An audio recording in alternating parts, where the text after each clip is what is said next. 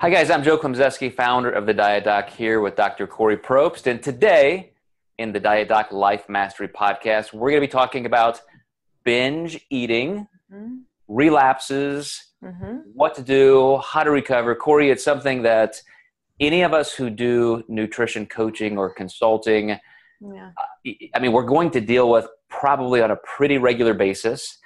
There are so many things to consider in terms of how you communicate with that person, how deep of a mental health issue it really is compared to something you can just kind of motivate somebody through. So you're a health psychologist and you have a pretty extensive background in this. What are we going to talk about and how are we going to deal with this? You know, Joe, we could take this in so many different directions. I wanted to share something that occurred with one of our clients recently. She reached out and she'd had a great run, I'm going to call it a run, of success, where she'd been dieting consistently and losing body fat and just felt really stable. Didn't necessarily feel like she was dieting at all. It didn't feel like a struggle for her. And she's really happy. And I get that when we feel like we've just got a lot of momentum and we're rolling and it doesn't take a lot of effort.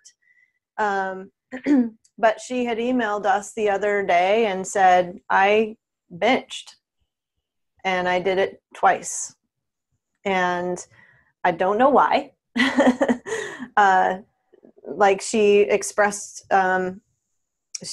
that everything had been going really well. She was on track and she was happy with how her body was changing and she could wear all her clothes again. And this was someone who'd been struggling with binge eating for at least a few years. And I think she'd had at least, six months to maybe a year of no binging. And there was something poignant in what she said that really struck me when I read her email. And it was that she said, I thought it was all gone and I was finally free. And I was like brakes came on when I read that. And that's kind of the first thing I dove into when I responded to her. But, you know, she clearly doesn't want to be in this position again. And relapses are super difficult. We don't know where to go. We don't know where to turn. Why did this happen? We're asking a lot of questions. We kind of dig our heels in. And I think the primary response is to restrict again, especially after a binge. It's to really bear down and restrict some more. And that can be the worst thing for us. But the great thing is that she reached out. And that's, as a coach, the first thing I wanted to let her know is that I was grateful that she reached out, that she didn't just isolate and keep it a secret, because that never helps. And so if you're a coach out there and your clients are dealing with these sorts of issues, I think it's really great in the beginning if they've revealed that this has been an issue for them, that you come to an agreement that if there's something like this occurring, you reach out to me. Because secrets grow in the dark, guys, and they fester and just get progressively worse. So the way that I looked at this, Joe, is that a crack was revealed. If she binged again, there's a crack. There's now work to be done to explore where that crack is, where it comes from, and what needs a greater level of understanding and fixing, right? So the other thing that I wanted to convey is that nothing is ever permanent.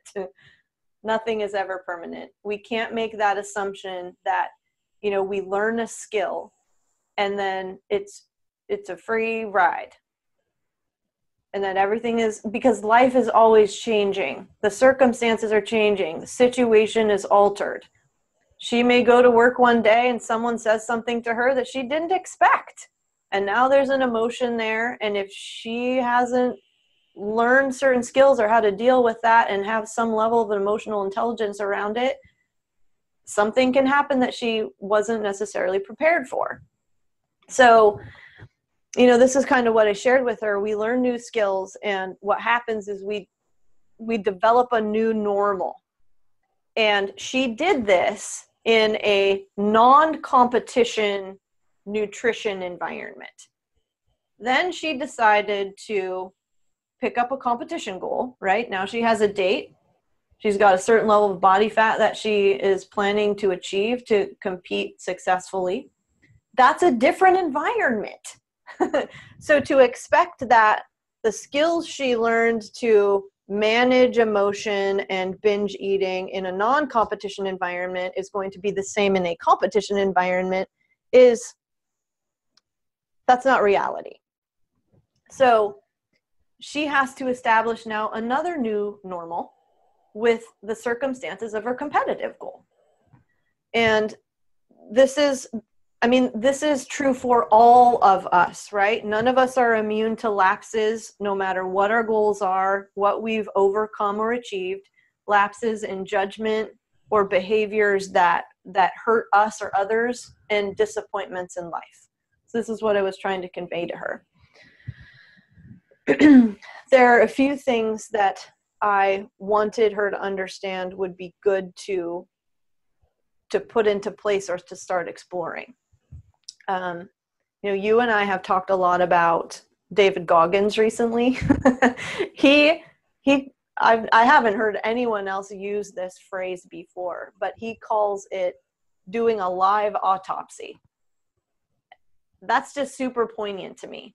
I call it self-exploration. Live autopsy sounds like you're gonna dig deep. You grab the scalpel and it's time to make the cuts and see what's in there and dig the shit out, quite literally.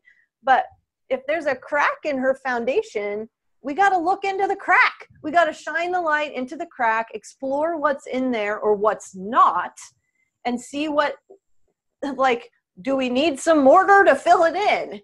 What's going to do the filling? Okay.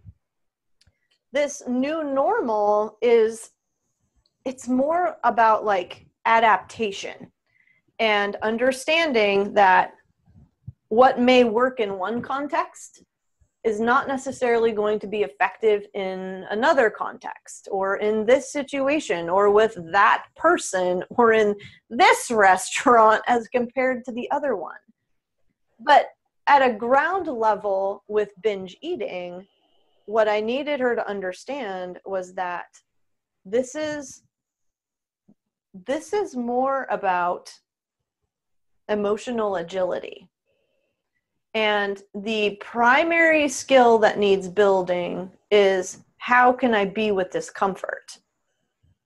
Because no matter what circumstance you're in, there's always going to be some level of discomfort. And discomfort, as you and I have kind of gone back and forth about a lot, Joe, and even in our emotional eating, our feature. It's about understanding what's occurring in your body and what the signals are to indicate that there's something to be explored here, as opposed to pushed away, ignored, and to fight it. That's, I think, what most people will do when they feel uncomfortable. They fight it. Or if it's for binge eating specifically, you have a binge thought and it's, you should eat that. Oh, a binge would be a good idea right now. Whatever that is. And this particular client calls it the binge voice. The binge voice was there and I believed it. I listened to it.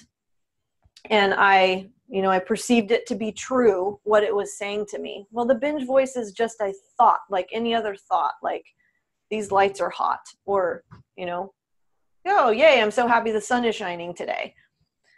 But we have to learn to perceive it that way in order to have a different relationship with it.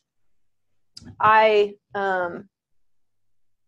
related this adaptation and skill building piece for her to my cycling. So I'm really good at hills. I can motor up a hill. I'm skilled at that, and I can beat a lot of people up hills. I've practiced a lot, and I've learned the skills necessary to do that. I can't do the same downhill. I am not a great descender. I haven't practiced it as much or learned the technique that's involved in doing that. And so different circumstances demand different skills. It was hard for her to hear that. Because she thought she was free. I did the work. I learned the skill. I'm good. But I needed her to understand that it never ends. Like, you don't set it and forget it. You set it and continue doing the work. It's kind of like an alcoholic, right? An alcoholic is always in recovery. They continue to do the work. They continue to reach out to people. They continue to contribute. They continue to go to the 12-step meetings. Why? Because they know those things are crucial for maintaining their sobriety. Same with binge eating. The other piece of this is, and this goes right along with what I just said, is, call it having a zero tolerance policy for complacency. This is a big deal for her. When you're in the throes of binge eating, and if you're doing it even once a day, or if a lot of people are doing it more than once a day, it's highly dysfunctional. All you're thinking about is when you're going to binge again, and usually when you're going to purge again, when you're going to get that food, how you're going to get it, where you're going to go. There is a lot of time and effort spent, and it's awful. So there really does have to be this, I am creating a new identity literally around this person doesn't do that. They just don't. There is zero tolerance for any level of, complacency around what I need to be at my best to not engage in this behavior. Can I jump in real quick, Kori? Yeah, please. I could talk forever, and I'm afraid you are going to. That's why I'm gonna jump in here. Okay. But so you hit a point there that I think provides a great opportunity to create a little bit of a visual for our audience. You are a psych person. I'm an anatomy, physiology, anthropology person. And so everything that you're telling me, I think is perfect. It's profound. It's what somebody needs to realize when they're in the throes of that. But I also think, to go to what your whole career is really exploring, the basic psychological needs, autonomy is number one. So we want freedom, and we want to make sure that our lives are threat free. And that visually means kind of an open space. You said that she decided to go to a competition. It's not just a new environment. That's a huge stress. Now there's a date. So boom, there's a wall. Now I'm in a calorie deficit, which means I'm actually physically heightened to want to eat more. Boom, there's another wall. So all of a sudden, all of my free spaces are starting to create this box. And, now I've got this history. And so I'm afraid of that. My hippocampus is on fire thinking, I know you're going to fail. You've done this before. So boom, there's another wall. Mm-hmm. And only, I think, until we realize exactly what you said, this never goes away, mm-hmm.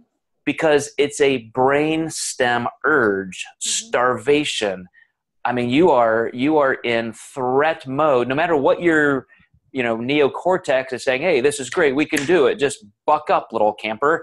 Right. It's then there's your brainstem saying, no, you're starving, and you get flooded with these hormones that signal hunger. Mm-hmm. And then you go into those places of shame, I've failed, and all that stuff. So you start creating this little box where these walls are coming in.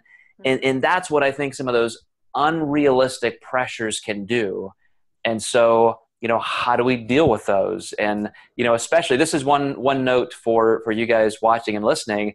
Kori is a health psychologist. She has more information and experience in her brain than you and me, all of us, could ever have. So, pay attention to what Kori's saying, but still realize that when somebody's in this kind of situation, you may need to refer out for a mental health person. I mean, this client Kori and I are discussing is working with Kori specifically for that. She even has another therapist, and this is an ongoing thing that I'm very proud to say, our client is really aggressively trying to work on. Right.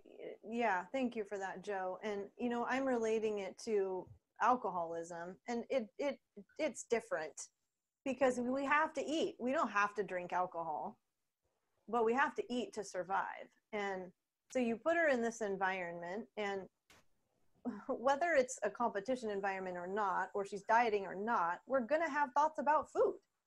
We're surrounded by food messages in restaurants, and we have to eat. So to think that she was going to be just free and clear and not have to make any effort, I mean, where at all do we experience that in life if we're trying to pursue something that's important to us? So I think that's really important to remember. But no, I appreciate what you've said, Joe, and with the culmination of everything, with the mental and the physical. And we talked with her about the potential of this happening because of the change in environment. And it's something that's just really important to her. I think the main thing is for her to be able to take this non-shame based approach with herself, to get out of the I've failed and into the this has revealed something that could potentially be really important for me. There's something else still to be learned here for me. So let's explore that together. Like, without this happening, I wouldn't necessarily know that there was this kind of next level that I needed to take this, or that I still needed to be putting in the effort every single day and doing this self-reflection, and perhaps asking myself at the end of the day, how was this day for me? Where am I carrying weight or anxiety or, a sense of heaviness? Like, what's here that needs my attention? All of us would benefit from that, because I think there's always there's a tendency for all of us as humans to run away from discomfort, instead of asking, how could this be to my benefit to become, a more aware person. And I think that's so important on the personal psychological side.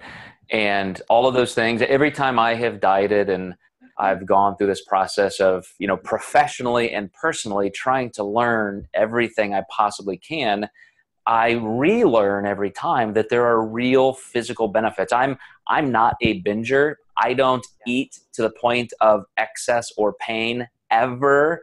Mm-hmm. But when I'm dieting, mm-hmm. I can get to a point where I binge in an animalistic, grotesque, humiliating, shameful way. I've been there, I've done that, but only if I've let my calories and carbs get too low, only when I'm overtraining to the point of exhaustion. Mm-hmm. And then I can look back and say, okay, there's a line, there's a physical line that I cannot cross.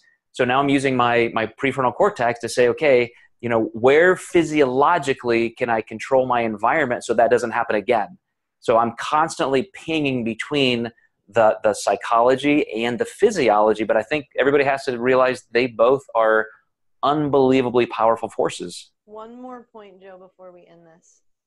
For females out there who have a menstrual cycle, there are real changes that occur in your body that influence your hormones and then your appetite. So you throw a competition diet in there.